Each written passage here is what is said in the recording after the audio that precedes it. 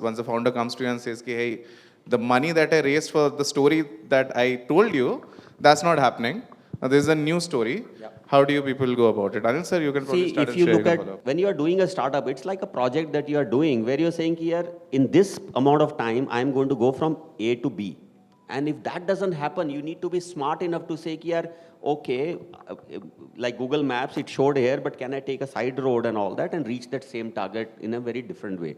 So pivoting actually shows the smartness of that. But on the other side, the flip side of that is I have seen so many, I wouldn't call them startups, they are founders.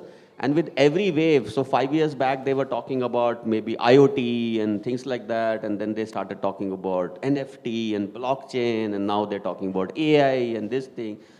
So that pivoting because the flavor of the season is changing, that's crazy. And one of the factors that we consider is firstly the timing of the launch of your product.